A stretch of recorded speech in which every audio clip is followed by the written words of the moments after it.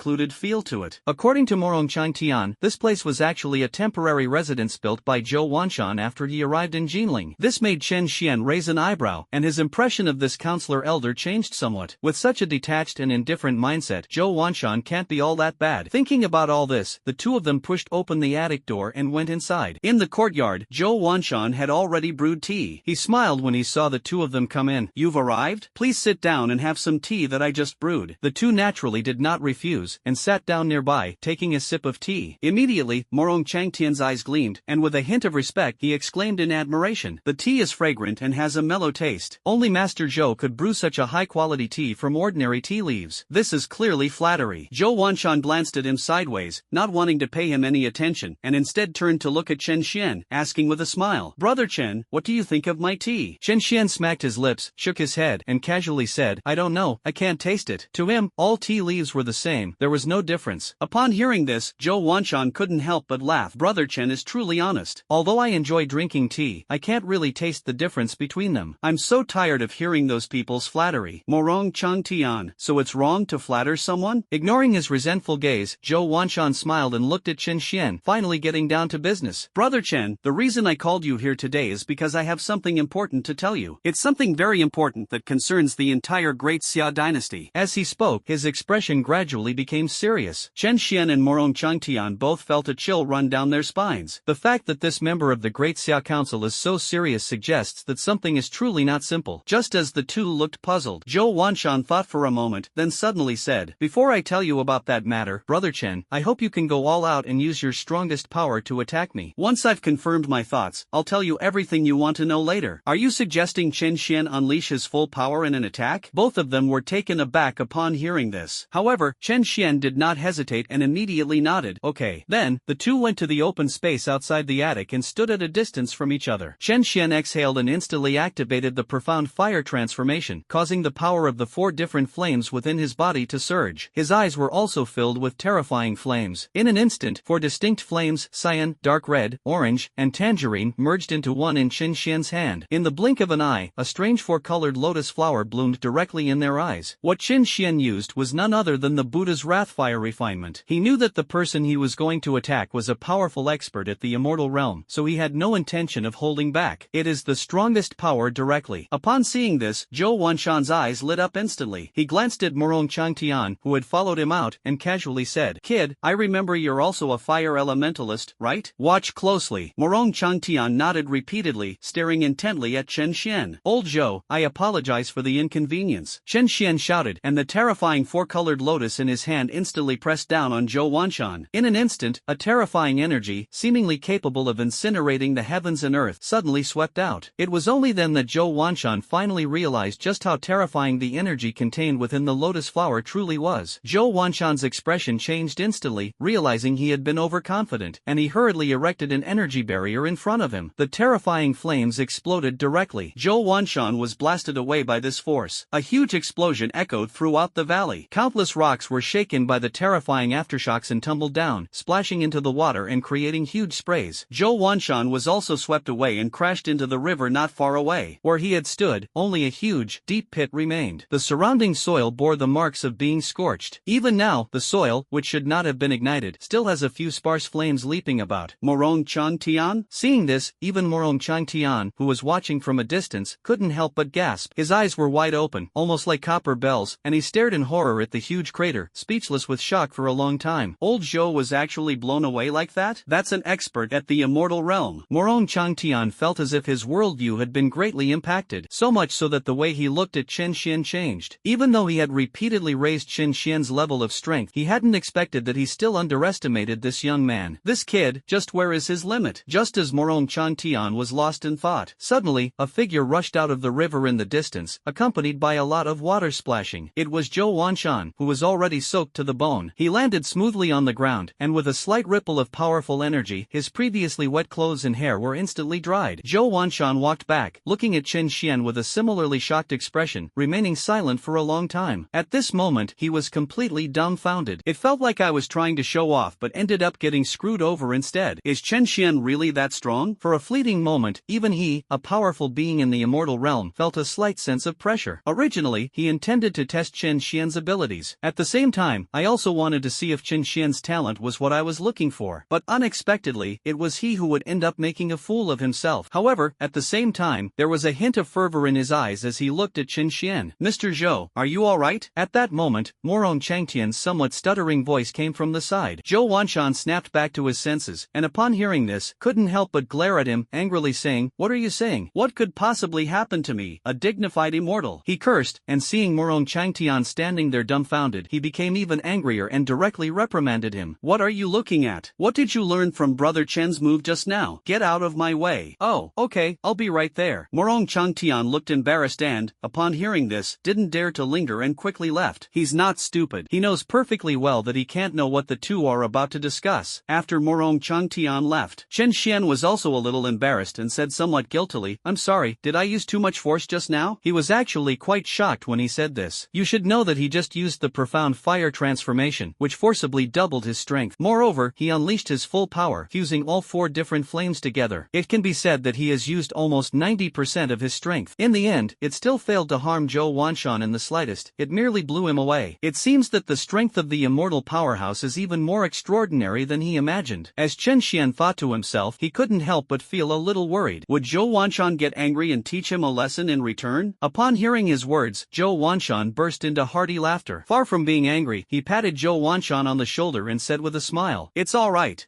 Great, very good. That last move was alright, I guess. I blocked it with less than 1% of my strength. Even so, you've really surprised me, you're quite unexpected." Zhou Wanshan felt that his reputation had been damaged, so he tried to make up for it with words. However, that's what they say. But he was still very shocked. Just what kind of monster is Chen Xian? Damn it, if he hadn't reacted quickly enough, his defense might have been breached by that move. If you get injured, you'll be incredibly embarrassed. Fortunately, although he looked rather disheveled, he managed to pull through and maintain a semblance of dignity. The two chatted and laughed for a while. Soon, Zhou Wanshan led Chen Xian back to the attic. Zhou Wanshan finally stopped smiling and said with a serious expression, "To be honest, the reason I summoned you here today is because my king of Great Xia has disappeared." "The king of Great Xia has vanished?" Upon hearing this, Chen Xian's expression changed, and his eyes instantly became serious. Even if he didn't know what this so-called king really meant, but just from the literal meaning, you can tell that this matter is very tricky. Moreover, it could very well cause trouble for the entire Great Xia. At this moment, Zhou Wanshan continued, "Now, our Great Xia needs a future god. Brother Chen, you are unaware of this. Our human race has 9 great gods, which is why we have barely managed to keep the entire human race from collapsing under the invasion of other races. However, the gods of our Great Xia have vanished without a trace." This matter was suppressed by the higher-ups of Great Xia, but even so, many people still noticed something amiss. This has led to the recent series of upheavals within Great Xia. If this continues, the Great Xia dynasty will be in danger. Therefore, we need a new god, a fire god, to take over the divine position. And you, Brother Chen, you are the best choice to succeed to the divine throne. Upon hearing this, Chen Xian's pupils contracted slightly, and a huge wave of emotions surged within him. Unexpectedly, Zhou Wanshan had summoned him for this very reason. There are 9 major human powers: Great Xia, Cherry Blossom Alliance, Lighthouse Alliance, Bear Kingdom Alliance, Gull Alliance, Maple Leaf Alliance, Pyramid Alliance, Chariot Alliance, and Corrupt Kingdom Alliance. Each faction has a powerful godlike figure in charge. Currently, the position of the fire god is vacant. If someone from another force succeeds in attaining enlightenment, or if no one takes over for a long time, all races may launch a large-scale attack on the human race. Moreover, their main offensive focus will most likely be on Great Xia. Even if the Myriad races haven't launched their attack, other forces have long harbored ulterior motives towards our Great Xia. Therefore, if this problem isn't resolved soon, it could become very troublesome. What Zhou Wanshan was telling Chen Xian were secrets he had never heard of before. After speaking for a while, he couldn't help but sigh and said softly, "Now many races have infiltrated the Great Xia, just to find out if our king is still alive. So, Brother Chen, I have finally found you. Your talent may have a great chance of making you a god in the future." Become a god? At this moment, Zhou Wanshan had already removed the energy barrier he had set up around them, and Morong Changtian had just returned. I just happened to hear that sentence. His eyes widened, and he felt a chill run down his spine. Morong Changtian looked at Zhou Wanshan in disbelief, then at Chen Xian, his heart filled with turmoil. Even though he was just the city lord of this small city of Jinling, he was still very clear about the weight of the gods. Those were truly figures standing at the very top of the human race's pyramid. Chen Xian has a chance to become a god? At this moment, even though he already knew that Chen Xian was extraordinary, Morong Changtian still couldn't help but gasp. It was only at this moment that he realized why Zhou Wanshan valued Chen Xian so much. Morong Changtian was completely stunned and stood there dumbfounded. good. But Chen Xian just smiled faintly upon hearing this, seemingly not caring too much. Becoming a god would probably be an equally immense temptation for anyone else. But for Chen Xian, it was not the end. Now he can obtain a different kind of fire almost every month, and his rapid improvement in strength is almost a certainty. The more strange flames Chen Xian obtains, the more terrifying his strength will become. By then, becoming a god will be nothing. Of course, this was just what Chen Xian was thinking at the moment, and he wouldn't say it out loud, as that would be too shocking. Moreover, Zhou Wanshan might not believe it. Moreover, feeling Zhou Wanshan's burning gaze, Chen Xian couldn't help but sigh inwardly. This person seems to have placed all their hopes on themselves. Chen Xian secretly let out a sigh of relief, feeling speechless. This still puts a lot of pressure on us. Even if he is confident in his future, it is not a good thing to bear too many expectations from others for no reason. Most importantly, this doesn't benefit Chen Xian at all. After thinking it over, Chen Xian decided to make things clear to the other party. He cleared his throat and slowly said, "Mr. Zhou, I understand your good intentions, but I'm sorry, I may not be the right person for you. Besides, I may not be able to shoulder the future of the entire Great Xia. You should look for someone else." Zhou Wanshan was slightly taken aback. He had been full of expectations, thinking that Chen Xian would agree without hesitation. However, the current outcome was somewhat unexpected. However, he also sensed the indifference in Chen Xian's tone and vaguely discerned Chen Xian's thoughts. He smiled and quickly spoke. "Brother Chen, don't be so quick to refuse. I never said I wouldn't give you any benefits. As long as you can take on this responsibility, you will become the holy son of my entire Great Xia dynasty. The holy son can enjoy all kinds of rights, which are beyond the imagination of ordinary people. At that time, even a member of the Great Xia Council will be powerless against you. Your status will be second only to the king." At this point, Zhou Wanshan paused for 2 seconds, then quickly added, "Moreover, you are already aware of the current situation in Great Xia. Now that the Great Xia ruler is absent, you, as the holy son, are essentially the ruler, wielding supreme power. As long as you accept the identity of this holy son, everything else aside for now, your parents and family members will also enjoy all sorts of enormous benefits." Having said all that, it's clear that Zhou Wanshan genuinely hopes Chen Xian will accept the identity of the holy son. Moreover, his words did indeed have an effect. Upon hearing this, Chen Xian's eyes lit up, clearly showing that he was somewhat tempted, even though he is very confident in his abilities in future. But he is still just a person, and it is difficult for him to be able to protect his parents' and sister's safety in every aspect at all times. If, in the future, powerful figures from various races or hostile forces set their sights on his family and try to harm them, it will be very troublesome. If the Great Xia dynasty could truly protect the safety of his parents and relatives, Chen Xian felt that this suggestion might be worth considering. Moreover, Zhou Wanshan also said that he would give him the opportunity to become a god. Of course, Zhou Wanshan also made a condition that he be admitted to Kyoto University, because there are things left behind by the king of Xia there. Chen Xian and Morong Changtian couldn't help but chuckle at this. With Chen Xian's abilities, why would he want to go to university? Isn't that like a tiger entering a flock of sheep? Of course, this wasn't a big deal for Chen Xian, so he casually agreed. No matter how you look at it, Chen Xian doesn't seem to have suffered any loss in this whole affair. It simply means that as our strength grows, we will need to shoulder more responsibility and protect the safety of the Great Xia dynasty. But in reality, even without the identity of the Holy Son, if the Great Xia were truly in danger, could Chen Xian really just ignore it all? The answer is definitely no. After all, his parents and family still live in Daxia. During the more than 10 years that Chen Xian had traveled through time, he also lived in the Great Xia dynasty. He couldn't possibly truly ignore the Great Xia dynasty. With that in mind, he no longer hesitated, nodded immediately, and said softly, "Deal." As he spoke, Chen Xian quickly added, "My condition is simple. From now on, you must arrange for strong individuals to protect my family." Upon hearing this, Zhou Wanshan breathed a sigh of relief, almost imperceptibly, and then laughed heartily. "Brother Chen, rest assured. From now on, anyone who dares to lay a hand on your parents or family will only face one fate, death." Chen Xian nodded and continued, "There's no need to be too blatant. You just need to send some strong individuals to protect them secretly. If possible, let them live a better life and don't let others disturb their peaceful existence. Leave this matter to me. I guarantee Brother Chen will be satisfied." Zhou Wanshan patted his chest and assured him. He paused for a moment, then suddenly laughed and corrected himself. "Oh, no, we can't call him Brother Chen anymore. He should be called Holy Son. Rest assured, Your Majesty, I will arrange things as quickly as possible." Listening to their conversation, Morong Changtian froze, his eyes filled with increasing envy. Brother Chen has become a saint? Isn't this identity change a bit too fast? Half a day ago, Chen Xian was just a young man with talent and strength, but in the blink of an eye, he has become the holy son of the entire Great Xia dynasty. Morong Changtian was secretly shocked. While I admire them, I am also completely convinced. Chen Xian truly deserves the title of holy son. Who can blame them when they're so young, yet they managed to blow up even old Zhou? Morong Changtian couldn't help but smack his lips, his gaze toward Chen Xian growing increasingly ardent. Holy son, from now on, won't the entire Great Xia dynasty be under Chen Xian's control? Of course, this is assuming Chen Xian doesn't act recklessly or make obviously wrong decisions. A group of young men and women from Kyoto also happened to arrive in Jinling City. Inside a high-end hotel, a group of geniuses from Kyoto gathered together, chatting leisurely and casually. I've heard that a remarkable genius has emerged from your Jinling? At the dinner table, a young man with a buzz cut sneered and suddenly looked at one of them. The person being questioned was none other than Wang Hao. He happened to know a genius in Kyoto, and thus managed to sneak into the dinner party. Upon hearing the question, Wang Hao revealed a disdainful smile, and said with a hint of fanning the flames, "Of course, that guy's name is Chen Xian, and I happen to know him too. Chen Xian's talent is undeniable, but he's a bit arrogant and looks down on everyone. That guy seems to have boasted that the geniuses of Kyoto aren't even worthy of carrying his shoes. I wonder if it's true or not." Upon hearing this, the entire dinner table fell silent. Then, all the geniuses sneered and mocked. "Heh, it's true what they say, when the cat's away, the mice will play. A mere genius from Jinling has gotten all cocky? Just a frog in a well. We've seen plenty of people like this before. They're only a bit arrogant in small places, but in reality, they're all useless. He's got quite the nerve. Just wait until the college entrance exam, and I'll crush him." Hearing the discontented words of the geniuses around him, Wang Hao sneered. The plan has been accomplished, now, it's time to get to the good show. At this moment, in the attic where Zhou Wanshan was temporarily staying, the group had finished discussing the matters they needed to discuss, and now they were chatting casually. Suddenly, footsteps came from outside the attic, followed by a knock on the door. Zhou Wanshan raised an eyebrow, glanced at Morong Changtian, and then spoke. Soon, the door was pushed open from the outside, and Morong Feng stepped in. "Old Zhou, father, brother Chen." As soon as Morong Feng entered, he greeted the three of them with great respect. After all, any one of the three people currently in this pavilion is of a much higher status than him. After exchanging greetings, Morong Feng quickly approached and said, "Father, all the geniuses from Kyoto have arrived." Moreover, as soon as they entered the city, they declared that they would trample all the geniuses of Jinling City under their feet. Many geniuses couldn't stand it and went up to argue with them, but they all ended up getting beaten up. This group of people are extremely arrogant in their behavior. Moreover, I heard that they seem to be inquiring about Brother Chen's situation, and it's very likely they're planning to cause him trouble. When he learned that the geniuses from Kyoto were coming, Morong Changtian had told him to keep a close eye on their news. That's why Morong Feng rushed over to inform them as soon as he received the news. Kyoto is a place where hidden talents abound. It still harbors many remarkable individuals. Even after witnessing Chen Xian's formidable strength, Morong Feng was still worried that Chen Xian might be targeted by the geniuses of Kyoto. However, he had barely finished speaking. Morong Changtian immediately frowned and slapped his son on the head. With a crisp sound, Morong Feng was stunned by the blow. He covered his head, looking at his father with a blank and confused expression, and asked in bewilderment, "No, father, why did you hit me?" He felt that his father was acting somewhat strangely today. "Why would I hit you?" To everyone's surprise, Morong Changtian became even angrier upon hearing this, his beard bristling and eyes wide with fury as he muttered curses. "Brother Chen? What Brother Chen? Is that someone you can call him? You have to call him Grandpa Chen." Morong Changtian's tone was full of disappointment and frustration. "Morong Feng?" Hearing his father's words, Morong Feng grinned, still looking somewhat bewildered. Seeing this, Morong Chang's face turned ashen with anger, and he immediately burst into a tirade of curses. "Hey kid, how come you don't have any sense? We both have to call him Brother Chen. How dare you call him brother? What, you want to become brothers with me? You'd better call me Grandpa Chen." Morong Feng was dumbfounded when he saw his father, who seemed on the verge of losing control. He looked at Morong Changtian with some disbelief, then at Chen Xian beside him, his mouth gradually opening wide. "No, father, you're so old, why are you still calling him brother? You've really lost all sense of shame." Morong Feng silently grumbled in his heart, but dared not utter a sound. He was afraid that if he told me, I would beat him to death. Hearing the conversation between the father and son, Chen Xian was both amused and exasperated. After Morong Feng stammered out Grandpa Chen, Morong Changtian finally got down to business. Thinking of what his son had just said, his brows immediately furrowed, and he angrily shouted, "These scum, what kind of geniuses are they from Kyoto? In the end, they're nothing but a bunch of parasites. If you're truly exceptionally talented, why bother coming all the way to Nanjing to take the college entrance exam? Now you're acting all high and mighty in Nanjing?" Morong Changtian grumbled and cursed for a while, then quickly looked at Chen Xian and said in a pleading tone, "This time, we might have to trouble Brother Chen to teach them a lesson. Let's make Jinling City vent its anger and show those people that Jinling is not without its talents. Don't be fooled by Morong Changtian's disdain for those so-called geniuses from the capital." But in reality, looking at the entire city of Jinling, among all his peers, apart from Chen Xian, he really couldn't find anyone who could consistently outshine them. If it weren't for Chen Xian, Jinling City might have had no choice but to swallow their anger. But now, Morong Changtian felt that he had to teach those so-called geniuses of Kyoto a profound lesson. It's not a big problem. Upon hearing Morong Changtian's request, Chen Xian shrugged and said casually. He didn't take the so-called Kyoto geniuses too seriously, not to mention that his skills will continue to improve. Even now, dealing with those so-called geniuses from Kyoto would be as easy as lifting a finger for him. Could it be that among the geniuses in Kyoto, there are those comparable to the garrison commander? If they were really that powerful, they wouldn't need to come to Jinling City. Zhou Wanshan didn't think there was anything wrong with it and casually said, "It's good to teach those brats from Kyoto a lesson. It'll keep them from getting too cocky." As he spoke, he looked at Chen Xian and said with a faint smile, "Holy son, just go ahead and do it boldly. I'll protect you from any trouble that may arise. I can mobilize the great Xia King's divine weapons. I'd like to see which family's elder dares to act presumptuously before me." Sensing the sharp and assertive aura emanating from Zhou Wanshan, Chen Xian simply smiled. After chatting for a few more minutes, Chen Xian quickly said goodbye and left when he saw that it was almost time. "Brother Chen, let me see you off," Morong Changtian offered. Chen Xian waved his hand and walked out on his own. However, just as he was about to step out of the attic, a few lines of text reappeared in his field of vision. Ding! Cooldown time is up. A new different flame, Ice Phoenix Flame, is now being issued to the host. The Ice Phoenix Flame is said to be a divine fire of heaven and earth, worshipped by all the royal families of the ancient Phoenix clan for generations. It possesses the supreme power to burn and freeze everything. Does the host wish to receive this? Upon seeing this, Chen Xian stopped in his tracks, his eyes brightening slightly. He's been incredibly busy lately. Before he knew it, another month had passed. Chen Xian quickly regained his composure and, without hesitation, spoke in his mind. In an instant, a proud phoenix, its entire body a deep blue and enveloped in flames, slowly appeared in Chen Xian's mind. The phoenix's eyes were bright, as if they possessed some kind of spirituality. Its wings flapped casually, as if they could freeze everything around it. "System, I want to fuse with the Ice Phoenix fire." Without much thought, Chen Xian silently recited the phrase in his mind. In an instant, azure flames enveloped his entire body. Chen Xian's aura suddenly became much stronger. He already had many experiences fusing with different flames, and he could control the leaking power so as not to cause too much of a commotion. The fusion of the strange fire was quickly suppressed within Chen Xian's body, and his figure instantly disappeared outside the pavilion. At this moment, both Zhou Wanshan and Morong Changtian keenly sensed the sudden surge of Chen Xian's aura. Both of them couldn't help but widen their eyes, their faces filled with horror. That kid, he's gotten stronger again? Even someone as worldly wise as Zhou Wanshan was a little unsettled at this moment. Morong Changtian was completely dumbfounded. He couldn't help but glare at his son and muttered curses. "You little brat, you're already doing yourself a disservice by calling him Grandpa Chen, you know that?" Host, Chen Xian. Constitution, Burning Body, Strange Flames, Azure Lotus Flame, Profound Yellow Flame, Bloodthirsty Dragon Flame, Myriad Beast Flame, Ice Phoenix Flame. Cultivation Level, Early Stage Grandmaster. Martial Arts, Mystic Fire Transformation, Mastery, Eye of Truth, Mastery. Cultivation Techniques, Spirit Tiger Fist, Mastery. 9 Yang Body Refining Technique, First Level, Great Sun Breathing Method, Perfect. Incineration Site, 7000. On his way home, Chen Xian had already completed the initial fusion of the Ice Phoenix Flame, his body burning ability had become stronger again, and his cultivation level had also improved significantly. He jumped from the late stage of Grandmaster to the early stage of Great Grandmaster in one fell swoop. And this is only progress in cultivation level. To be honest, even Chen Xian himself can't quite figure out what level his true strength has reached. When Chen Xian reached the late stage of the Grandmaster realm, his strength had already surpassed that of a typical peak-level town general. Now that its strength has increased again, to what extent should it reach? Just as Chen Xian was pondering this question, he had unknowingly arrived at his doorstep. However, when he got home, he was surprised to find that there seemed to be a lot of people gathered at his door. Chen Xian saw that his parents seemed to be arguing with An Zhang from next door in front of their house. Chen Xian immediately frowned and quickly walked towards his front door. As he approached and heard the murmurs of the crowd around him, his heart sank, and he gained a general understanding of the cause and effect of the matter. It turned out that it was An Zhang from next door who had brought a large group of people to block Chen Xian's doorstep today, wanting to see the precious jade pendant that his parents were wearing. Seeing that there were too many people from the other side, and that they kept calling her sister Lin Fingxia, the mother, couldn't refuse any longer and took out her jade pendant to show everyone. Unexpectedly, An Zhang snatched the jade pendant away, examined it for a few moments, and then spread rumors that the items her parents were wearing were fake and worthless. Upon hearing this, everyone else in the neighborhood believed it without question and began to mock their parents. After all, An Zhang's son is a police superintendent, whose status and position are far beyond what ordinary people in the community can compare to. It is precisely because of this that An Zhang has a lot of prestige in the community, and many people are willing to listen to her. Sure enough, as soon as she said that, most of the people in the neighborhood believed her without even thinking. All sorts of sarcastic remarks immediately poured towards Chen Yuanshan and his wife from all directions. No wonder the Chen family suddenly became rich, they were carrying around treasures worth 5 million. Turns out they were all fakes. Old Chen and Shaolin, you two are a bit dishonest. Is it really necessary to pretend to be something you're not when you're carrying a fake? I asked you to show it to me, and you were being secretive. Turns out you were just trying to fool me. Old Chen, I thought you were a pretty honest person, but I never expected you to know how to use counterfeit goods to cheat people. TSK, I really misjudged you. Everyone knows what kind of family you are. Using this kind of method to show off is really ridiculous. Many people had the air of know-it-alls, pointing fingers at Chen Yuanshan and his wife, their words full of sarcasm. Hearing these words, Chen Yuanshan and Lin Fangxia were both quite angry. I was also very angry inside. What does it mean to use counterfeit goods to fool people? To use counterfeit goods to show off or flaunt one's wealth? When did they ever lie to anyone? When did they ever brag to anyone? It seems like from beginning to end, it was just these neighbors being jealous and spreading rumors everywhere, right? Now they're saying they're showing off and have bad character? The couple were honest people and had never encountered anything like this before. Now, suddenly they have become the target of public criticism and are being inexplicably mocked by everyone. They are all so angry that their faces turn ashen and their bodies tremble uncontrollably. Don't talk nonsense here. Who's showing off? Didn't you come to see this pendant yourselves? How come it's us trying to fool you? Also, just because you say this pendant is fake doesn't mean it's fake. You should at least provide evidence, right? Despite his anger, Chen Yuanshan remained clear-headed and refuted the claims logically and with evidence. But he's reasonable, others aren't. Aunt Zhang laughed immediately upon hearing this, put her hands on her hips, and said with a disdainful look, "Evidence? What other evidence do you need? If this pendant is real, it's worth 5 million each." What? With your family's financial situation, you can afford a pendant worth 5 million? Don't you even take a piss and look in the mirror? You think you're worthy? Her words clearly indicated that she intended to engage in unreasonable arguments. The others around them echoed their sentiments, completely disbelieving what Chen Yuanshan and his wife had said. Sister Zhang is right. We all live in the same community and know each other well. Old Chen, you don't need to pretend anymore. Just admit that you're wearing fake goods to fool people. That would save everyone from wasting their breath. A woman shouted mockingly. It seems to have been confirmed that the jade pendant was fake and that Chen Yuanshan and his wife were using counterfeit goods to deceive people. This is not a fake. My son gave it to us. No matter how much it is worth, it is definitely not fake. Lin Fangxia blushed and said firmly. She didn't know whether the jade pendant was worth 5 million, but she knew that her son had told her that the jade pendant was real. Therefore, regardless of what others say, the jade pendant is genuine. Your son bought this for you? Ha! Do you really think we don't know that your son is just a useless F-level talent? Where did he get so much money to buy you this kind of thing? Aunt Zhang's smile grew even more disdainful. Just then, a detached voice suddenly rang out in the arena. Then, Qin Xian appeared before everyone without them noticing, protecting his parents behind him. Then, to everyone's disbelief, Qin Xian slowly raised his hand and slapped Aunt Zhang across half of her cheek. A clear, crisp sound rang out. Aunt Zhang was sent flying, crashing heavily to the ground, her cheek instantly swelling up like a pig's head. The scene was completely silent. After doing all this, Qin Xian didn't even look at Aunt Zhang. He took a step forward, and a terrifying aura suddenly erupted from his body. All the onlookers instantly felt an immense pressure pressing down on them. Most of them coughed up a mouthful of blood, their faces turning deathly pale instantly. The remaining people were also not feeling well. They felt dizzy and lightheaded, and almost fainted. At this moment, Aunt Zhang managed to get up, and her expression changed slightly when she saw this scene. But thinking of her swollen cheeks, she became furious again and immediately shouted, "Chen Xian, you actually dared to hit me? Let me tell you, you're finished. My son works for the police superintendent, and I'll have him arrest you right now." "Really? Then let him come." Chen Xian glanced at her, coldly uttered a sentence, then looked at his parents and said softly, "Mom and Dad, I'm sorry I'm late. Let's go inside first. I'll take care of the rest." Chen Yuanshan and Lin Fangxia were both stunned, seemingly frightened by their son's earlier imposing manner. They nodded blankly upon hearing this. Soon, Chen Xian and his parents entered the house. All that remained were people lying scattered haphazardly on the ground. After Chen Xian and his parents entered the house, the remaining neighbors were instantly in an uproar. One by one, they got up from the ground, pointing and gesturing in the direction of Chen Xian's house, their faces full of anger. Has this Chen kid gone mad? Was he trying to attack us all just now? Damn, he was pretty scary. What's up with that kid? Isn't he supposed to have an F-level talent? That last move of his was pretty intimidating. So many people were knocked out of their wits and coughed up blood. Let's see what Sister Zhang thinks. I'm telling you right now, this matter is not over between us and the Chen family. Yes, the Chen family must pay the price. I almost had a heart attack, and I nearly passed out just now. As everyone chattered amongst themselves, their gazes involuntarily turned to Aunt Zhang, who was stomping her feet. Noticing the gazes directed at her, Aunt Zhang snorted responded coldly, her face full of disdain, and said, "Don't let that Chen kid intimidate you. A piece of trash with F-level talent dares to act so arrogantly? I'll contact my son right now and have him bring the police over." As she spoke, Aunt Zhang took out her phone and made a call in front of everyone. She embellished her story of what happened there, then said with a cold laugh, "Son, remember to bring plenty of men with you and swagger over here. Let the Chen family see just how much trouble they've gotten themselves into." Upon hearing his mother's request, Zhang Dongliang was first taken aback, then a cold smile appeared on his face, and he quickly replied, "Mom, don't worry, I'll take people over there right now." With that, he turned to his men, waved his hand, and shouted, "Brothers, come with me. How dare anyone bully my mother? They're asking for trouble." As soon as he finished speaking, 7 or 8 people around him stood up in a flurry. They were all new recruits from the police superintendent's office. It turns out that Chen Xian had killed all the senior officers or those with more power in the police department. These people were almost all recruited later. Otherwise, it would be very difficult for someone like Zhang Dongliang to rise to the position of squad leader. Now that he has been promoted to squad leader, he is in the prime of his life. How could he tolerate hearing that his mother was being bullied? As soon as he finished speaking, a group of 8 or 9 people drove 3 cars and swaggered towards the residential area where Chen Xian lived. Zhang Dongliang led his men and strode into the residential area with an aggressive air. Upon seeing him, Aunt Zhang's eyes lit up immediately. She waved her hand hastily, pointing to her swollen face, and said resentfully, "Son, look what that brat from the Chun family has done to your mother. You have to bring him back today." As Zhang Dongliang approached, he saw a large swelling on his mother's face, and his eyes instantly turned cold. "How dare you?" he shouted angrily, then kicked Chen Xian's door, yelling, "Get out of here, all of you. I am a police superintendent. You are suspected of intentional assault, and I am now arresting you." At home, Chen Xian had just calmed his parents down when he heard a loud bang at the door. Then, all 3 of them heard Zhang Dongliang's angry words. "Xiao Xian, why don't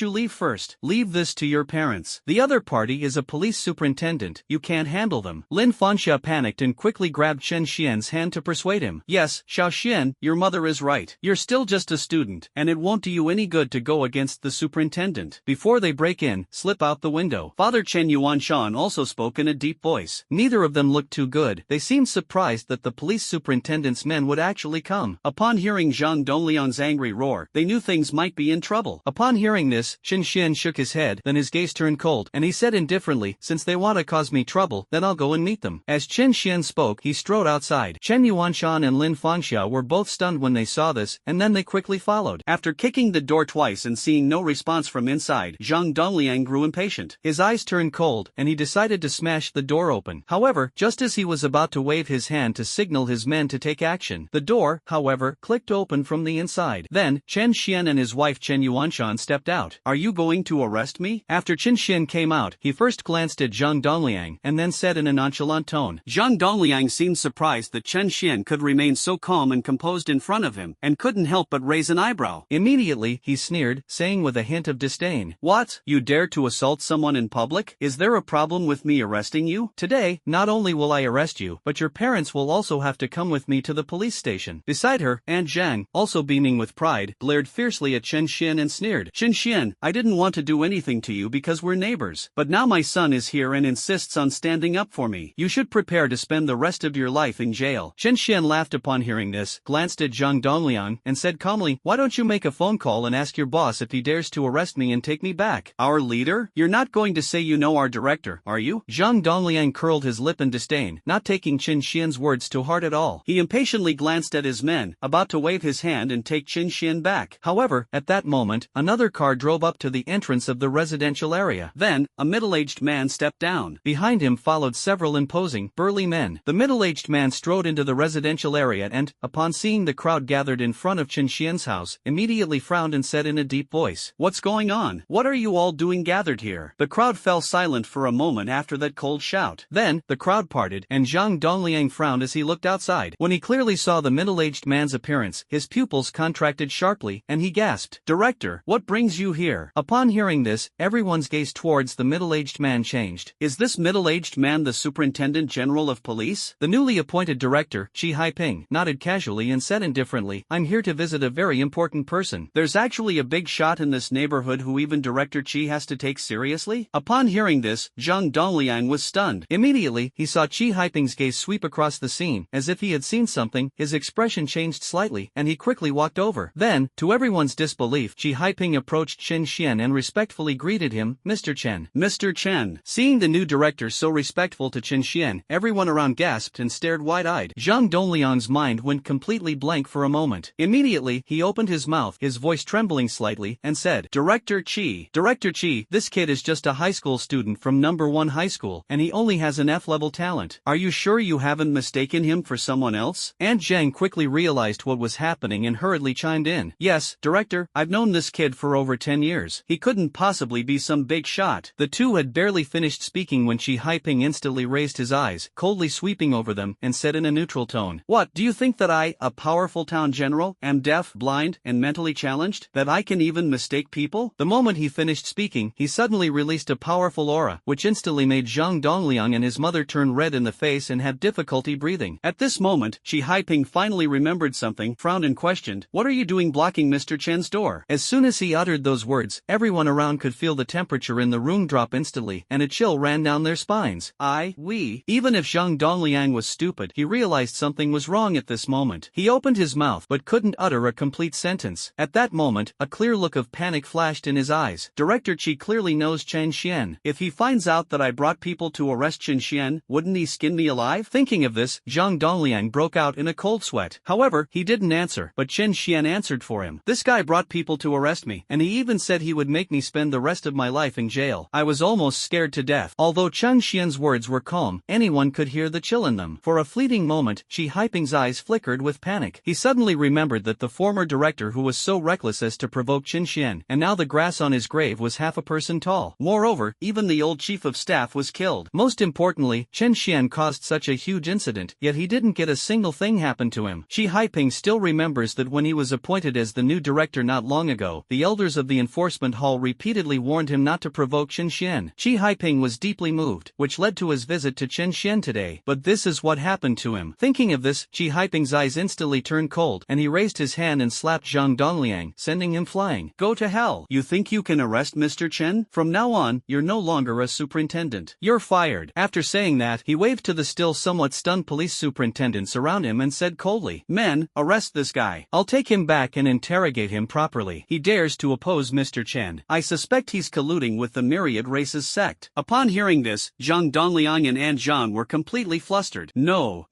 Director Qi, I know I was wrong. I have no connection with the Myriad races cult. Zhang Dongliang trembled and couldn't help but wail. Aunt Zhang panicked and shouted, Director Qi, my son couldn't possibly be colluding with the Myriad races cult. You can't arrest him. Qi Haiping looked at her and said coldly, Mr. Chen is a hero who quelled the beast tide and was awarded the first-class Medal of Honor of Jinling City. Your son dared to arrest him, which is a serious crime. And you, how dare you slander Mr. Chen's family? Do you think you can do whatever you want in Nanjing just because you have a police superintendent's son backing you up? Let me tell you, not only will your son be arrested, but you won't escape punishment either. Qi Haiping spoke with absolute certainty and then waved his hand, ordering his men to drag the mother and son away. Both of them were filled with despair, finally realizing that this time it was truly over. They watched helplessly as the two were taken away. Meanwhile, the surrounding neighbors stared wide-eyed, unable to recover for a long time. Chen Xian is the hero who quelled the beast tide, and he even received the first-class glory medal? But isn't he an F-level talent? For a moment, the entire room fell silent. Even Chen Yuanshan and his wife were staring at their son in shock, recalling the news they had seen on television. His own son is actually the mysterious master who quelled the beast tide? Oh, and all of you, come with me. Those who need to be punished will be punished. Those who need to be imprisoned will be imprisoned. All of you, surround Mr. Chen's doorstep. What, are you trying to rebel? Qi Haiping glanced at the crowd who were still in a daze, waved his hand, and said in a cold tone. Immediately, the police superintendent stepped forward and took away all the neighbors in the vicinity. Although in this incident, Aunt Zhang and her son were the main culprits, but to vent Chen Xian's anger, Qi Haiping clearly didn't intend to let go of these ordinary people who joined in the mockery. Chen Xian naturally saw all of this, but said nothing, and calmly said to Qi Haiping, Director Qi, right? You're very thoughtful. Upon hearing this, Qi Haiping was overjoyed and quickly waved his hand, smiling as he said, Mr. Chen is right. These people were wrong, and it is only right that they be taken back and punished. He knew that the current situation was no longer suitable for a visit, so after saying goodbye, he quickly left with his men. After the crowd dispersed, Chen Xian and his two companions went home. Both Mr. and Mrs. Chen Yuanshan stared intently at Chen Xian with strange looks, as if trying to see through their son. Chen Yuanshan frowned and said in a strange tone, Speak, you little brat, what else are you hiding from us? Lin Fangxia also said with a stern face, Tell the truth. If it weren't for what happened today, they might never have discovered that their son had such an unknown side. Even director Si Haiping treated his own son with utmost respect. What happened? All of this is truly too dreamlike. Stared at by his parents, Chen Xian's lips twitched. He didn't choose to hide anything, took a breath, and slowly spoke. Well, it's nothing really. It's just that my previous F-rank talent was actually misjudged. My true talent surpasses SSS rank. In the last joint exam between the three schools, I was lucky enough to get first place. And then, right, my current strength is roughly equivalent to that of a town general. That's why Director Chi Haiping treats me with such respect. Chen Xian spoke casually, as if he were just talking about something mundane. But upon hearing this, Chen Yuanshan and his wife were both stunned. The two gasped in shock, their eyes wide with disbelief. My son's talent isn't F level, but SSS level? Moreover, not only did my son achieve first place in the joint entrance examination of the three schools, but he also possesses the strength of a town general. This is the town's general. That level was beyond the comprehension of the couple. For a moment, the couple looked at Chen Xian with trembling eyes, and at the same time, they couldn't help but feel a sense of pride. First place in the three-school assessment? Why haven't I heard you say that before? Lin Fangxia, the mother, stared wide-eyed, still somewhat incredulous. She remembered that her son had only F-level talent before, so how did he suddenly become a talent surpassing SSS? And they even came in first place in the three-school assessment? That's a huge leap. I was so busy cultivating that I forgot to tell you guys, Chen Xian chuckled dryly. He was indeed busy cultivating and improving his strength before, and he hadn't found a suitable opportunity, so he didn't say anything. Now that my mother has suddenly asked me about it, I feel a little guilty. At this moment, the father, Chen Yuanshan, also spoke, his tone carrying a hint of uncertainty. So, you really are the mysterious powerhouse mentioned in the news who quelled the beast tide? It's me. Chen Xian nodded again. Upon hearing their son's reaffirmation, the couple exchanged a glance and then both let out a long sigh of relief. The two men quickly recovered from their shock and horror, and their expressions were replaced by pride and self-satisfaction. I knew it. My son is so outstanding. How could he be a good-for-nothing? His co-workers at the factory often make sarcastic remarks about him. I want to see if they still dare to say bad things about Xianer. Mother Lin Fengxia felt a surge of pride and said with some resentment. It seems that after her talent was awakened and exposed, Chen Xian fell from grace, which actually brought her considerable pressure. At least at work, I was often ridiculed by my colleagues. However, she never mentioned this matter at home, fearing that it would worry her son and make him feel guilty. Now that she knows her son has made something of himself, Lin Fangxia naturally spoke about it without any burden. Chen Yuanshan nodded in deep agreement and snorted coldly. Those leaders in the factory are always bragging about their kids' talents. It's only a B level, but they're exaggerating it to the heavens. They always drag Xianer into it to make fun of him. I bet if word gets out about Xianer's talent, they'll all change their tune and start fawning over him. Clearly, Chen Yuanshan was very familiar with the character of the factory's leaders. Mom and Dad, if anyone dares to mock your son again, you don't have to put up with it. Just call me and I'll teach them a lesson. Chen Xian only learned today that his parents had been under so much pressure, and he couldn't help but feel a little guilty.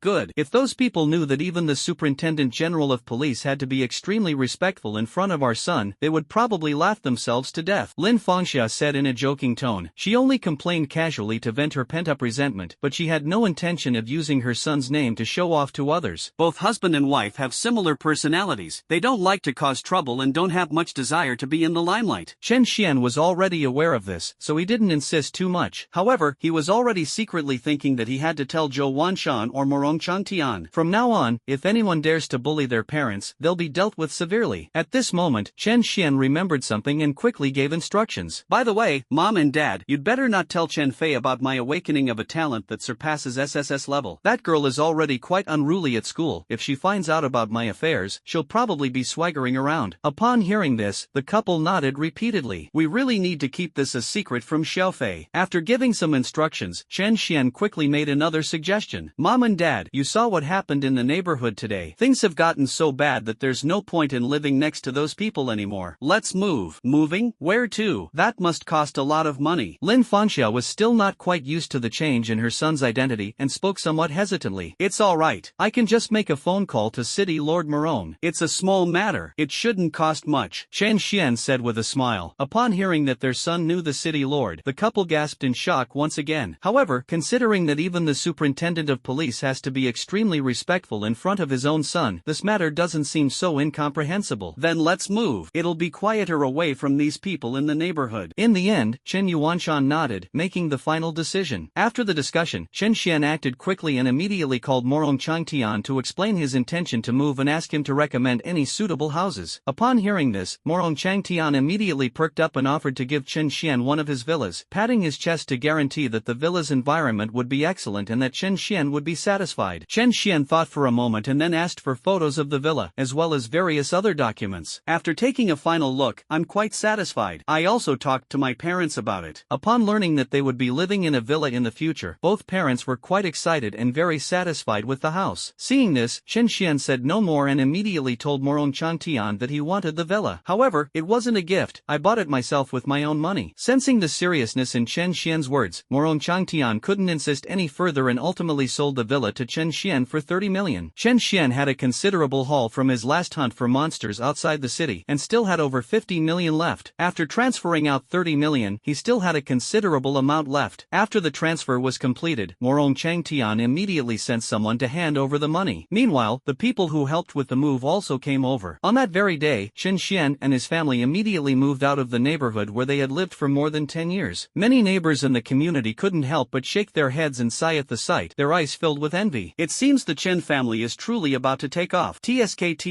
the Chen family has produced an extraordinary son. That day, Chen Fei was still in school. The family had already moved to a villa in the wealthy area of central Nanjing. After all, it was a villa provided by Morong Changtian. Even in the entire affluent area, the place where Chen Xian's family is about to live is among the most upscale. When Chen Xian's family moved into the villa, the entire affluent neighborhood was immediately alarmed. Someone's moved into villa number 1 in the East District? My God, wasn't that villa vacant for over half a year? Has the buyer finally shown up? I vaguely heard that the villa was bought by City Lord Morong, but the person living there now doesn't seem to be the City Lord. Regardless of whether he is the City Lord or not, anyone who can live in villa number 1 must be either rich or noble. We must never provoke him in the future. The Chen family was unaware that their move into the affluent neighborhood had already caused quite a stir. At this moment, Mr. and Mrs. Chen Yuanshan were busy furnishing the house and rearranging it according to their own wishes. Chen Xian, however, received a phone call from Zhao Lingwei. Zhao Lingwei, I didn't expect you to call me first. When the call connected, Chen Xian said with some emotion. In fact, he had exchanged contact information with Zhao Lingwei a long time ago. However, their communication was limited to the school, and they never contacted each other by phone. Busy Chen, there's something you haven't forgotten, have you? On the other end of the phone, Zhao Lingwei's somewhat dissatisfied voice came through. Even through the phone, Chen Xian could almost feel that the proud and aloof school beauty on the other end was clenching her teeth. Chen Xian was stunned for a moment, then remembered that he had said he would treat Zhao Lingwei to dinner after the assessment. He was so busy that he almost forgot. No, it should be said that I've completely forgotten. If Zhao Lingwei hadn't made that call, he probably wouldn't have remembered this at all. Thinking of this, Chen Xian immediately said, "What would you like to eat, Miss Zhao? It's on me. Let's celebrate getting first place together." Upon hearing this, Zhao Lingwei on the other end of the phone smiled slightly, and her tone quickly became lighter. "I know a pretty good restaurant. I'll send you the address in a bit. Let's meet there." Chen Xian nodded, hung up the phone, said something to his parents, and then left home. 20 minutes later, he arrived at a restaurant called Jianghu Restaurant. After waiting at the door for a while, Zhao Lingwei arrived. At the end of the road, a graceful figure in white approached. At this moment, Zhao Lingwei was wearing a pure white short skirt, with her long hair draped over her shoulders and light makeup. Her already exquisite face now gave off a sense of holiness and nobility. Soon, Zhao Lingwei arrived, her beautiful eyes crinkling slightly as she smiled and greeted Chen Xian. "Sorry, this is my first time doing my own makeup, so it took a little longer. Have you been waiting long?" Looking into the girl's eyes, which were as clear and bright as autumn water, Chen Xian withdrew his somewhat dazed gaze and smiled in return. "No, it's worth waiting any amount of time to have such a beautiful lady like Zhao dressed up for our date." In his past life, he could effortlessly pick up girls and strike up conversations. Hearing Chen Xian's praise, Zhao Lingwei's eyes lit up, and she seemed to be quite happy, her steps becoming lighter. Zhao Lingwei waved and led Chen Xian into the restaurant. It has to be said that Zhao Lingwei has a really good eye. After the meal, even Chen Xian had to admit that the food was indeed delicious. The meal ended half an hour later. Before leaving, Chen Xian naturally paid the bill. As the two walked out of the restaurant, Chen Xian looked at the girl beside him and asked with a smile, "What are your plans for the future?" To be honest, he didn't really want it to end so soon. After all, beautiful women are pleasing to the eye. Just looking at them is comforting. How about we go shopping? Zhao Lingwei blinked her beautiful eyes, her lips curving slightly as she smiled and asked Chen Xian for his opinion. After saying that, she smiled and added, "Just now, you, the first place winner, treated me, the second place winner, to dinner. Now, I, the second place winner, want to invite you shopping. Are you going?" Clearly, Zhao Lingwei also wanted to spend more time with Chen Xian. For some reason, this boy, whom she could never beat no matter what, seemed to possess some kind of extraordinary charm. It makes people want to get close to it. I would be delighted. Chen Xian naturally had no objections. Fortunately, there was a park not far from the restaurant. The two walked side by side along the tree-lined path in the park. As evening approached, the golden afterglow shone down from above, as if draping the two of them in a golden veil. Chen Xian looked at the girl beside him, smelling the rich fragrance emanating from her, and gazed at her delicate profile, feeling a rare sense of peace in his heart. I thought to myself, this kind of ordinary life seems pretty good. Is there something on my face? Noticing his gaze, Zhao Lingwei looked up at him, her cheeks slightly flushed. How is this possible? Chen Xian smiled and shook his head. The two chatted idly as they walked further and further along the tree-lined path. However, just as the two stepped onto the wooden bridge and were about to cross a lake, a huge explosion instantly resounded throughout the park. Then, large splashes of water erupted from the lake below them, forming a water curtain that enveloped Chen Xian and Zhao Lingwei. Behind the thick curtain of water, several black figures emerged. Reflected in the shimmering water were a few streaks of cold, sharp light. Several whooshing sounds rang out as countless sharp spikes pierced through the water curtain and shot towards Chen Xian and Zhao Lingwei in an instant. From the explosion at the bottom of the lake to the sneak attack by several men in black, only a blink of an eye had passed. This change happened too quickly. It happened so fast that Zhao Lingwei didn't even have time to react. Her eyes widened instantly, and her delicate face was suddenly filled with shock and solemnity. Chen Xian, be careful, Zhao Lingwei called out instinctively. However, at this moment, Chen Xian turned his head and smiled at her. Don't worry, I'm here, nothing will happen. Before Zhao Lingwei could even react, she was shocked to see a burst of azure flame erupt from Chen Xian's body. The flames seemed to be burning wildly, but for some reason, the surrounding air became very cold, and countless water vapors condensed into ice crystals. Zhao Lingwei vaguely saw what appeared to be a blue fiery phoenix spreading its wings behind Chen Xian. All the spikes fell instantly. However, just as they were about to approach the blue flames, the spikes were completely consumed by the flames and turned into ashes. The cult of 10,000 races? At this moment, Chen Xian also saw the figures shrouded in black and frowned slightly. Seeing that their long-prepared sneak attack was easily thwarted by Chen Xian, the members of the Myriad races sect were all shocked. One of them shouted, and his body suddenly swelled up. Then, it transformed directly into a wolf-shaped giant several meters tall, its massive claws slamming towards Chen Xian. Seeing this, the other cultists of all races also instantly unleashed their power, transforming into beastmen or unleashing other supernatural abilities, all charging towards the two of them. The powerful energy surge instantly collapsed the wooden bridge. Zhao Lingwei suddenly felt her footing slip and instinctively cried out in surprise. Just then, she suddenly felt a pair of strong arms lift her up around the waist. Then, Chen Xian stepped into the air and flew directly into the sky with Zhao Lingwei in his arms. At the same time, several terrifying azure flames shot from his eyes, instantly landing on several members of the Myriad races cult. Zhao Lingwei saw that those few members of the Myriad races cult were not even capable of resisting, and were burned to ashes in the blink of an eye. That's terrifying strength. Her expression changed slightly, and a storm raged in her heart. Looking at Chen Xian again, her gaze was filled with a mixture of shock and obvious admiration. When did this guy become so strong? As the towering flames illuminated most of the sky, Chen Xian, carrying Zhao Lingwei, slowly landed on the ground. At this moment, Zhao Lingwei was still somewhat dazed, not yet recovered from the sudden turn of events. She was jolted awake when she heard Chen Xian's voice. Zhao, the school beauty, you're all right now. I'll put you down in a bit, Chen Xian said with a smile. Then, he slowly placed it on the ground. Zhao Lingwei was still a little dazed. Recalling how Chen Xian had just picked her up, two blushes involuntarily appeared on her pretty face. This was the first time she had ever been so close to a boy. Thank you for saving me. After a while, Zhao Lingwei raised her head, her watery eyes gazing at Chen Xian, and spoke softly. Chen Xian smiled, then shook his head and said, they were probably after me. You were just caught in the crossfire. To be honest, I should be the one apologizing to you. The few cultists from the Myriad races who suddenly rushed out were all at the Grandmaster level. Even with several Grandmasters joining forces, and doing so unexpectedly, they were still able to threaten the town general. Such a meticulously planned scheme is unlikely to be aimed at Zhao Lingwei. Thinking of this, a hint of coldness appeared in Chen Xian's eyes. So what do we do now? Should we contact the officials in Jinling? Those members of the Myriad races cult might not let this go so easily after their failed operation. Upon hearing this, Zhao Lingwei quickly realized what was happening and said with some concern. Chen Xian shook his head. No need. I'll handle this. It's getting late, let me take you home first. After being ambushed, the two lost all interest in their date. Zhao Lingwei knew the situation was urgent, and nodded slightly upon hearing this. Afterwards, Chen Xian took Zhao Lingwei home. Then, he took out his phone and dialed Zhou Wanshan's number. After the call was connected, he briefly explained the situation to the other party. Zhou Wanshan on the other end of the phone also instantly changed his expression, and his tone became somewhat serious. It seems that the Myriad races may have their eyes on you as well. Brother Chen, you need to finish the college college entrance examination as soon as possible and go to the Imperial Academy in the capital to retrieve what the great Xia King left there. Zhou Wanshan was worried that the Myriad race's cult members who appeared in Jinling City today were actually just an advance force sent by the Myriad races. There may be other powerful figures behind us. What does this mean? Moreover, if the Myriad races really have their eyes on Chen Xian, they will definitely send a powerful expert at the level of a town general, or even above the level of a town general. The Myriad race's cult will also take action. As far as Zhou Wanshan knew, there were quite a few powerful figures within the Myriad race's sect. If those people really attacked Chen Xian, even though he knew Chen Xian's strength was extraordinary, he might not be able to stop them. What bothers Zhou Wanshan the most is that, in this situation, it is inconvenient for him to take action. If all races in the Myriad race's sect knew he was here, then the powerful figures who came might not just be the town general. Chen Xian also sensed the seriousness in Zhou Wanshan's words and nodded. I understand. The call ended quickly. Chen Xian made this call to Zhou Wanshan to give the other party a heads up. Chen Xian himself didn't actually need it. At this moment, the news of the Myriad race's sect's appearance in Jinling City spread throughout the entire city at an alarming speed. It was as if an invisible hand was pushing from behind. Almost everyone knew the news. In an instant, the entire city of Jinling was in an uproar, and a sense of fear swept through the city. Have you heard? There seems to have been a fight in that park in the East District. The police have already gone there to handle it. The news has already spread. The two sides in the battle seem to be the geniuses of Jinling City and the cultists of the Myriad races. The soaring energy fluctuations are truly terrifying. What exactly does the Myriad races sect want? The beasts tied outside the city seem to be related to the Myriad races sect. Now they've actually appeared directly in the city. There must be a conspiracy. Right at this moment. Hopefully, the authorities in Jinling City will respond as soon as possible. Many people couldn't help but start discussing it after hearing the news. In a high-end hotel, a group of geniuses from Kyoto heard the news and were quite shocked. Are you saying that a battle between powerful figures just took place in Jinling City? That a genius from Jinling killed several grandmasters of the Myriad races sect? I got the information from the police superintendent, so it shouldn't be wrong. Hiss. To be able to kill several grandmasters, such strength is already quite terrifying. Yes, I never expected that there would be such a genius in Jinling City. I just wonder who this genius is and how old he is. To be able to withstand the combined attack of several grandmasters and even kill them, this person's strength must be at least at the peak of the grandmaster level. In my opinion, this person must be at least 25 years old. Even so, he's still incredibly talented. At the peak of grandmaster at 25, he'll definitely break through to the town general level before he's 30. Even in the capital, he's no small figure. The geniuses in Kyoto were all speechless. Winehouse preparations are almost complete. We should head over there too, someone suddenly said at this moment. At this moment, a large chain hotel under the Jinling Wang family was displaying a banner at its entrance, and guests were pouring in from all directions. Today, Wang Hao is using his family's resources to host a welcome banquet for the geniuses of Kyoto, and has invited many important figures from Jinling. It made a lot of noise. At this moment, Chen Yuanshan and his wife, along with Chen Fei, were selecting new furniture in the furniture store next door. Chen Fei only found out about her family moving after she got home from school. She was both excited and thrilled, and immediately volunteered to come along. The whole family was also attracted by the huge commotion outside the hotel and, out of curiosity, came over to take a look. Like them, there were actually many people gathered outside the hotel. After all, it was a welcome banquet for the geniuses of Kyoto, so everyone was still very curious. I want to see what geniuses from Kyoto are like. However, at that moment, a commotion suddenly arose from the back of the crowd. Then, 7 or 8 young men and women walked over, surrounded by the crowd. The group of people appeared in the direction that was right near the Chen family. One of the tall, short-haired boys, with a look of disgust in his eyes, forcefully pushed aside the crowd in front of him. Get out of my way, all of you. If you get in my way, I guarantee you'll suffer a fate worse than death. With a shove from the young man with the buzz cut, the already crowded people quickly collapsed. Chen Fei was also caught in the blast. She swayed and almost lost her balance. Lin Fangxia was almost pushed to the ground. If Chen Yuanshan hadn't reacted quickly and reached out to pull her back, she might have been trampled by the crowd. Chen Fei, who had a fiery temper, immediately flew into a rage upon seeing this and was about to unleash a torrent of abuse at the crew-cut youth. You bastard, what have you done? However, just as she was about to speak, Lin Fangxia stopped her. Lin Fangxia shook her head and advised, forget it. These people are probably all from Kyoto. There's no need to provoke them. Chen Fei was somewhat displeased upon hearing this, but in the end she just snorted and said nothing more. In the end, the family went home unhappy. At that moment, Chen Xian also returned home and saw that his family members were in a bad mood, so he asked them why. Chen Fei immediately recounted what had happened. Upon hearing this, Chen Xian's eyes immediately turned cold, and a raging fire rose in his heart. Don't worry, I'll take care of them for you tomorrow. A chilling killing in intent had already risen in Chen Xian's heart. No matter who it is, anyone who dares to harm his family must pay the price. After calming his family down for a while, Chen Xian quickly returned to his room. He sat cross-legged on the bed and immediately focused his attention on the system panel. At this moment, having killed several experts from the Myriad race's sect, his incineration points increased again, enough for him to complete another 20 draws. Things are getting a bit unsettled in Jinling City now, and who knows what will happen next. Chen Xian murmured something under his breath, but deep down, I felt that I still needed to improve my strength as much as possible. In this way, he can deal with both the Myriad race's sect and people from the capital with ease and greater confidence. Various thoughts flashed through Chen Xian's mind, but he quickly pulled himself together and silently said, "System, I want to draw a prize." As soon as he finished speaking, a huge virtual turntable appeared on the system panel in front of him. The turntable spun wildly. Soon, several lines of text appeared in front of Chen Xian. "Congratulations, host, you have acquired the martial skill, Heaven Burning Hand. Burning Heaven Hand, beginner level, effect, gathers highly condensed flames in the palm, unleashing terrifying power." "Congratulations, host, you have acquired the martial skill, Heaven Burning Hand. Burning Heaven Hand, minor completion, effect, gathers highly condensed flames in the palm, unleashing terrifying power. The flame energy can be manipulated at will, changing according to the user's thoughts." Seeing the martial arts skill he obtained after 20 draws, Chen Xian couldn't help but raise an eyebrow, showing some interest. He drew the martial skill, Burning Heaven Hand, 4 times in one go, directly advancing it to the minor completion stage. Looking at the description attached to the martial arts technique, Chen Xian knew that this was yet another method of killing enemies that could be used to enhance power. Its power is probably not as great as that forged by the Buddha's wrathful fire. However, this Heaven Burning Hand also has its advantages. It is fast, explosive, and doesn't require prior preparation, allowing for free control. For Chen Xian now, the Buddha's wrath fire refinement is already considered a powerful move. There's no reason for him to unleash a powerful move every time he fights. Now that he has the Heaven Burning Hand, he will have another way to deal with enemies of the same level in the future. Chen Xian was quite satisfied with this. Next, it's time to finish the daily training. Chen Xian exhaled a breath of turbid air, quickly calmed himself down, and began to use the Great Sun breathing technique to activate his body burning ability and absorb the energy of the strange fire. During this process, Chen Xian could clearly feel that the supernatural power within his body was constantly increasing. His cultivation level is also steadily improving. The night passed quickly. The entire Jinling No. 1 high school was transformed into a giant examination hall at this moment. Inside Jinling City, all the senior high school students gathered on the playground, their expressions showing obvious tension. Some people clenched their fists so tightly that their breathing became rapid. Some people even had cold sweat on their foreheads, but they still tried to remain calm. Some people, however, had shining eyes filled with immense confidence, as if they were looking forward to a bright future. There's no other reason than that today is the day when all the students in Nanjing take the college entrance examination. For all those with superpowers, the college entrance examination is an extremely important event, the best opportunity for countless people to achieve great success. As long as you can achieve good results in the college entrance examination, you can be admitted to a key university and receive intensive training. As long as they can graduate smoothly from a top university, they will at least be able to break through to the Grandmaster realm. A Grandmaster, in the eyes of ordinary people, that's already considered a truly great figure. If they don't perform well in the college entrance examination and are completely eliminated, then they may be stuck in this small city of Jinling for the rest of their lives. However, the benefits of becoming the top scorer in the college entrance examination in the entire city of Jinling are quite extraordinary. The top scorer in the college entrance examination in Jinling City can choose any university within the Great Xia dynasty to study at. Moreover, once they enter university, they will start as core students and enjoy numerous benefits and privileges. This is an immense temptation for everyone. Even the most talented students in Kyoto couldn't resist the immense temptation of becoming the top scorer in the college entrance exam. Otherwise, they wouldn't have needed to travel all the way to Jinling City. As more and more students gathered, the entire playground of the school was teeming with people. Meanwhile, in a secluded corner unnoticed by anyone, a cold-looking young man with a scar near his eye glanced at the black-robed figure hidden in the darkness and asked, "Did the plan fail?" In the darkness, a hoarse voice of a member of the Myriad race's cult said, "We failed. That guy named Chen Xian might be more dangerous than we thought." The aloof young man raised an eyebrow, then sneered, "That's perfect. During the assessment later, I'll see just how powerful this human genius really is." On the other side of the examination room, a group of geniuses from Kyoto also gathered together. They glanced coldly at the group of Jinling examinees around them, their expressions filled with disdain and contempt. The level of these candidates in Jinling City is really not good. They're just a bunch of good-for-nothings. This kind of trash, I don't know where he got the nerve to take the college entrance exam. If it were me, I would have found a block of tofu and smashed my head against it. Please understand, do you really expect any geniuses to come from a small place like Jinling City? I heard there's this guy named Qin Xian who came out recently. I think he was the top scorer in the joint entrance exam. In my opinion, that kid is just all talk and no action. That's true, but it's ridiculous that there isn't a single decent candidate in the entire city. The people of Jinling are a bunch of useless trash. All the geniuses shook their heads with disdain. At that moment, the geniuses of Kyoto seemed to see something, and their expressions immediately changed. Their gazes were directed in a certain direction within the crowd. There, Zhao Lingwei slowly walked into the examination room, her face calm and composed. This woman seems to be from the Zhao family in Kyoto? That's right. I've seen her in Kyoto before. I think her name is Zhao Lingwei. However, if I remember correctly, wasn't she the one the Zhao family arranged to marry into the Lu family? I heard she suddenly disappeared. It turns out she hid here. Interesting.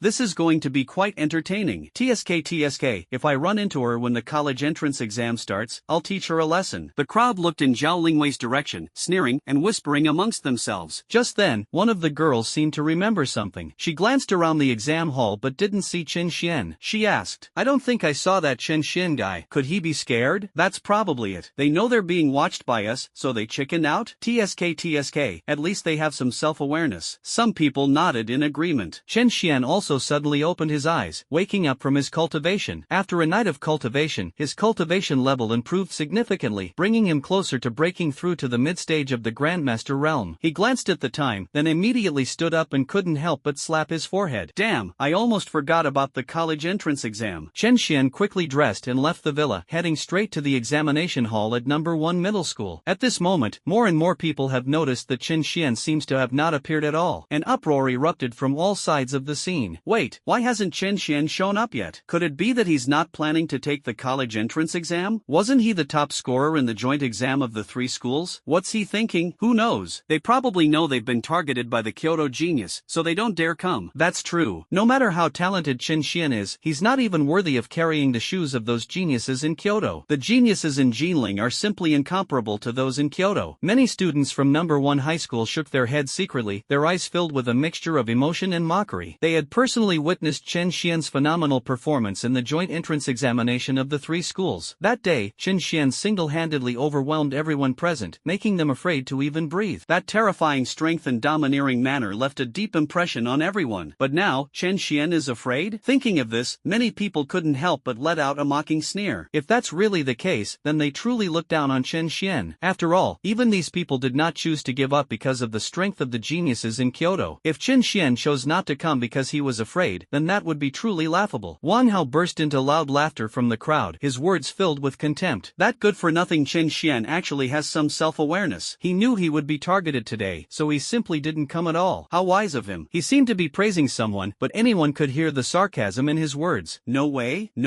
Could it be that Qin Xian is really scared and that's why he doesn't dare to come? If that's the case, then someone like Qin Xian really doesn't deserve to be the number 1 in the 3 schools. Even if he awakens a powerful talent, he's still a piece of trash in the end. Wang Hao was still shouting excitedly. It was as if after today, he would be able to completely trample Qin Xian under his feet. Not far from him, a group of geniuses from Kyoto also had arrogant expressions and casual, composed demeanors. It seems that the geniuses of Jinling are not only useless, but also cowards. I'm so disappointed in them. I've been looking forward to this for nothing. Yeah, I'd heard people say before that Qin Xian was a prodigy who could rival the geniuses of Kyoto. And this is it? He doesn't even dare to show his face. I think I shouldn't call him a genius anymore. I should just call him a piece of trash. A complete scumbag. The group of geniuses from Kyoto were all giving their opinions from a superior position, their tone filled with arrogance. It seems to confirm that Qin Xian is a cowardly good-for-nothing. However, just as the crowd was discussing it, outside the examination hall, Qin Xian finally arrived safely. He glanced at the time, exhaled a breath of stale air, and shook his head. Thank goodness, I was almost really late. Qin Xian felt secretly relieved. He quickly composed himself and strode towards the examination hall. As Qin Xian strode into the examination room, everyone noticed him. In an instant, the once noisy and bustling examination room fell silent, and countless eyes narrowed. They looked at Qin Xian with some shock and surprise. It seemed they hadn't expected this guy to dare come over. Qin Xian is here. I didn't expect this guy to actually come in the end. Could it be that he's not afraid of those geniuses from Kyoto? Many people felt a wavering in their hearts for a moment. They were no longer so confident in their previous judgments. If Qin Xian were truly afraid of these people from Kyoto, he wouldn't have dared to come, but he still came in the end. Suddenly, a loud cheer erupted from the crowd. Many people looked in in the direction of the voice and were shocked to see Su Long, a tall man, standing in the formation of students from number 3 middle school, glaring mockingly at the geniuses from Kyoto and sneering. "I told you long ago, Mr. Chen is not afraid of a bunch of young punks like you. If you mess with Mr. Chen, you'd better wait to die." Upon hearing this, the geniuses from Kyoto, who were initially surprised by Chen Xian's appearance, all showed disdainful expressions. Every face wore a mocking sneer. "Hey Su Long, you left the capital and fled to Jinling first, but you seem to be getting more and more useless. What, you've become the lackey of this Jinling good-for-nothing? Su Long, back then you left the capital in a huff, saying you were going to come to Jinling and become number 1. I thought you were something special, but in the end, you were defeated by a kid from Jinling? That's a disgrace to the geniuses of the capital. You don't actually think this guy from Jinling can beat us, do you?" The geniuses of Kyoto all wore sneers and looked on with disdain. One of the boys, a tall one with a neat buzz cut, suddenly looked at the chief examiner of this year's college entrance examination and said calmly, "Examiner, Chen Xian is already late. In my opinion, we should just disqualify him from the exam. Everyone has wasted so much time waiting for him, he deserves to be taught a lesson." The examiners in charge of this assessment were composed of two groups of people. Half of the examiners were from Nanjing. The other half were from the capital. The middle-aged man referred to as the chief examiner was from the Kyoto Education Office. Upon hearing the genius from Kyoto speak, he nodded slightly, then turned to Chen Xian and said indifferently, "Kid, show me your identification. I need to check your level before deciding if you're qualified to continue the assessment." The examiner's attitude was condescending, with the arrogance of a nobleman facing a commoner. Upon hearing this, Chen Xian glared at him, raised an eyebrow, and said with a hint of sarcasm in his tone, "I don't think I'm late, am I? What gives you the right to check my ID? Just because you think you're so great?" Upon hearing this, the examiners from Kyoto all widened their eyes and looked at Chen Xian in disbelief. Are all the geniuses in Jinling City this arrogant now? They even dared to argue with the chief examiner? Upon hearing this, the examiner's face instantly turned icy cold, and he almost ground his teeth to powder. Since becoming the chief examiner, he has been respected wherever he goes. When have I ever been treated so rudely? He snorted coldly, but still persisted relentlessly. "Stop talking nonsense. I'm asking you to show me your identification, so show it to me. If you dare to refuse, I'll disqualify you from the college entrance exam." The examiner spoke with absolute certainty, leaving no room for doubt. "Fine, you can see it if you want." Chen Xian smiled dismissively upon hearing this and tossed over a card engraved with identification. The examiner took it and looked at it. With just one glance, his pupils instantly contracted. Upon seeing the access level on Chen Xian's identification, the examiner's brain seemed to explode instantly, and his pupils contracted sharply. His trembling face was filled with terror and horror. No way? How could this be?" The examiner gasped, couldn't help but glance at Chen Xian's identification again, and then looked up at Chen Xian again. Staring at Chen Xian's young face, he couldn't help but tremble all over, almost wetting himself in fear. He still can't believe that he would see an SSS level access level on Chen Xian's identity document. This is SSS rank. Even geniuses from Kyoto wouldn't have this kind of privilege, so why does Chen Xian have it? The examiner was stunned for a long time, as if he had turned into a stone statue, and remained motionless for a long time. Everyone around was completely baffled. "Examiner, what's going on? Wouldn't it be better to just disqualify him from the exam?" The boy with the buzz cut spoke up again. His response was the examiner's almost roaring voice. The sudden roar startled everyone present. They all stared wide-eyed at the examiner with disbelief and confusion. However, the examiner ignored them, instead looking at Chen Xian with a shocked expression, and asked in a trembling voice, who are you?" Chen Xian looked at him, shrugged, and casually said, "Doesn't my ID say my name is Chen Xian? I don't know if you've heard of me?" Upon hearing the name, a hint of doubt flashed in the examiner's eyes. Then, as if he had thought of something, his eyes widened instantly, and his breathing became rapid. As the chief examiner for the college entrance examination, he actually arrived in Nanjing a step earlier than planned. Therefore, they had some understanding of the major events that had recently occurred in Jinling City. This includes the sudden outbreak of a beast tide outside the city, the destruction of the Qin family in Jinling, and the major reshuffle of the police department. And all of these things seem to be related to a certain name. And that name is Chen Xian. Upon realizing this, the examiner's face turned pale instantly, and with a thud, he knelt directly on the ground, his gaze towards Chen Xian filled with fear and horror. That makes sense. No wonder Chen Xian, at such a young age, was able to obtain an SSS level access level. Because it was this person who quelled the beast tide, destroyed the Chen family, and directly led to a major reshuffle of the entire police department. The examiner knew just how terrifying the young man before him was. He was even more aware that Chen Xian's identity and background seemed to be even more extraordinary. Otherwise, given all the things the other party has done, it's impossible that nothing happened to them. Having figured this out, the examiner's expression became even more respectful. The young man in front of him was someone he couldn't afford to offend. I'm sorry, Mr. Chen, I misread it. You are not late, and no one can revoke your qualification for the assessment. The examiner spoke with utmost respect. Everyone who saw the scene couldn't help but widen their eyes, their expressions filled with disbelief. No, what did they see? The examiner from Kyoto actually knelt down before Chen Xian? What exactly is going on? For a moment, many people's minds went blank, and some could not accept the scene in front of them. It's absolutely dreamlike. Get up. Considering this is your first offense, this will not happen again. At that moment, Chen Xian's calm voice suddenly rang out in the room. Okay,